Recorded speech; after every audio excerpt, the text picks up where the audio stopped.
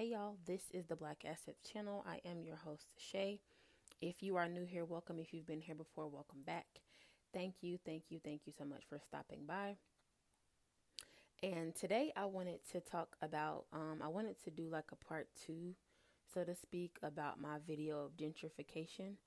And I wanted to discuss real estate and the quote unquote projects. As many of you know, or if you don't know, I was born and raised in public housing. I lived in the what we call the new projects in my city, Thomasville, North Carolina. Um, like I said, it is public housing. So, just a little bit of background there. My mom had to work 12-hour shifts. My brother had to keep me or babysit me as a little girl, and we really didn't have a lot. So just I was in therapy last Saturday. I do my therapy sessions on Saturdays at noon, and I was speaking to her about my younger self in relation to my older self, and I was telling her, my conditions growing up and how I was raised. We pretty much didn't have a lot. We lacked a lot of things, but we did have our basic necessities. So she brought up to me, she said, so being that you had the basic necessities and you were happy, is the projects or are the projects really that bad, or have we been conditioned? And the word condition just was powerful self awareness for me, just because I do have a minor in psychology, if you don't know. And it just was like, wow. And so I just want to break my video down into three main talking points. My first point being, when I was living on public housing or the projects or in the hood or whatever you refer to it as, um, we definitely had growth mindsets even there. My mom used to refer to me and my brother as curse breakers. I didn't understand what she meant by that, but looking back on it, um, at 30 years old, I'll be 31 in 10 days, or June 27th. Um, and I just, it birthed a growth mindset inside of me, living in what they call lack or living in less than circumstances. It definitely taught me a lot. And it also taught resourcefulness. No one wants to stay in those living conditions. However, it's a resource. It is a stepping stone. It is there to be used. Um, sure, true enough, it's not the best living conditions at all in any form of fashion. However, it did teach me to be resourceful. We used to have so much fun. I mean, when I think about my life on the whole entire spectrum, I mean, my younger years, you know, I grew up good. I mean, we didn't, like I said, not to beat a dead horse, but we really didn't have a lot, but we had the necessities. And I just feel like all that is coming into fruition the older that I get.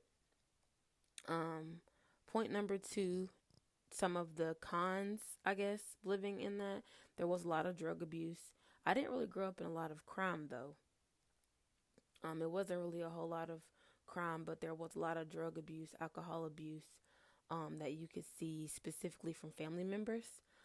Thankfully, my mom wasn't, one of those parents to get caught up in that lifestyle, but you could definitely see it in other, like some of my peers and their families, their moms or their dads.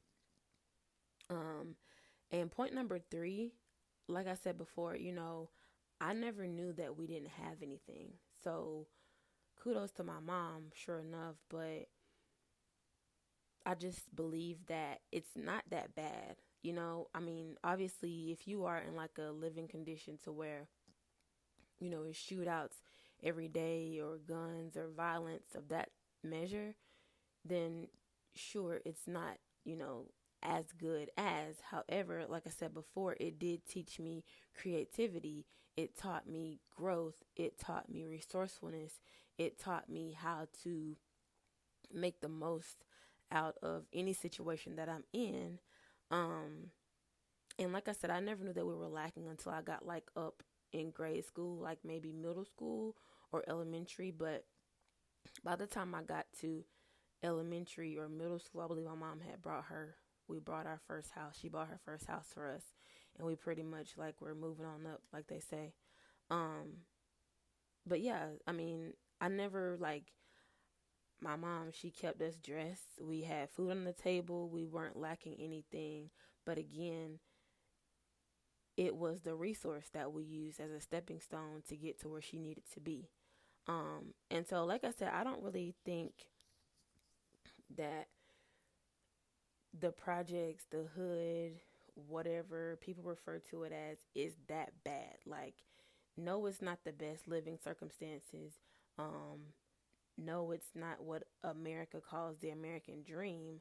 But again, I feel like there's a lot of conditioning that goes along with that, just because of the outlay of the community. You know, it's black people, pretty much lower income class or poverty, more poverty than lower income.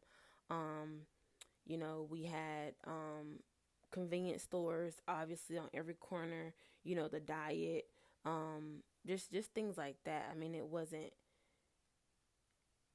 the I guess the what word am I trying to say?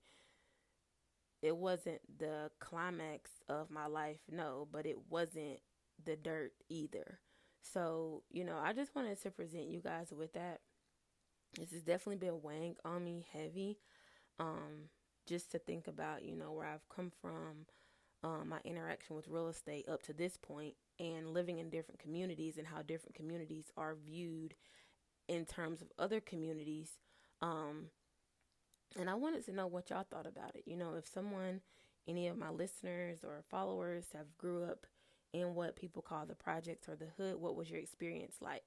And I'm not trying to negate anyone's experience. I understand that everyone doesn't share the same experience in these type of settings. However, I can say that mine was not terrible. And I do feel like there is a level of conditioning that goes along with the projects or the hood or lower income communities. So I'm interested to see what you guys think about it. I'm looking forward to the comments. And I will see y'all in the next video.